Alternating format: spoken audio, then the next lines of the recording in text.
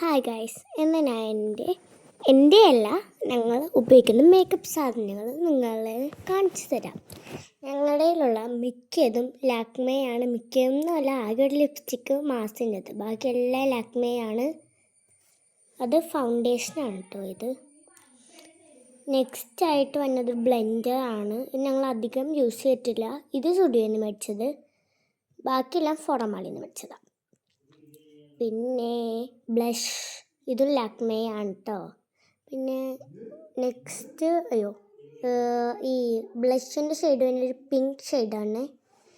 Next വരുന്നത് കോമ്പാക്റ്റാണ്. കോമ്പാക്റ്റിൻ്റെ ഈ ഒരു പഫ് ഭയങ്കര സോഫ്റ്റാണ്. ഞാൻ ഇപ്പോൾ ആക്കിയപ്പോൾ എൻ്റെ നഖത്തിലായിട്ടുള്ളതായി കാണിച്ചത് പെട്ടെന്ന് കാണിക്കുന്നില്ല ഞാൻ അധികം.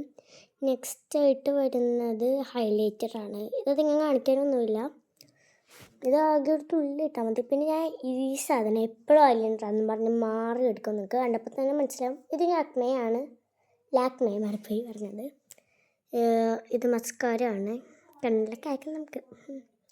പിന്നെ നെക്സ്റ്റ് വരുന്നത് ലിപ്സ്റ്റിക്ക്. ഇത് ലാക്മേലിൻ്റെ ലിപ്സ്റ്റിക്കാണ്. മാസിൻ്റെ നെക്സ്റ്റാണ് കാണിക്കുന്നത്.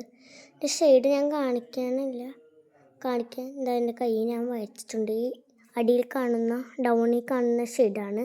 അതിൻ്റെ മുകളിൽ ഉള്ളതാണ് മാസിൻ്റെ ബ്രൗണിഷ് ഷെയ്ഡ്. ഞാൻ ലിപ്സ്റ്റിക്ക് എന്ന് കേൾക്കുമ്പോൾ ബ്രൗൺ കൊള്ളില്ലെന്നായിരുന്നു വിചാരിച്ചത്, പക്ഷേ ബ്രൗണാണ് ഇത്രയും കൂടി ബെറ്ററായിട്ട് തോന്നുന്നത്. പിന്നെ എല്ലാവരുടെയിലും ഉള്ള ഒരു 2 സാധനങ്ങൾ, മോയ്സ്ചറൈസറിങ് ഇതും പിന്നെ സൺസ്ക്രീനും ഞങ്ങളുടെ ഈ ലാക്മേ അല്ല സൺസ്ക്രീൻ. അപ്പോൾ ഇത്രേ ഉള്ളൂ. പിന്നത്തെ വ്ളോഗ് നിങ്ങൾക്ക് മനസ്സിലായല്ലോ. പിന്നെ ഇതെല്ലാം നമുക്ക് എടുത്ത പോലെ തന്നെ തിരിച്ച് വെക്കാം.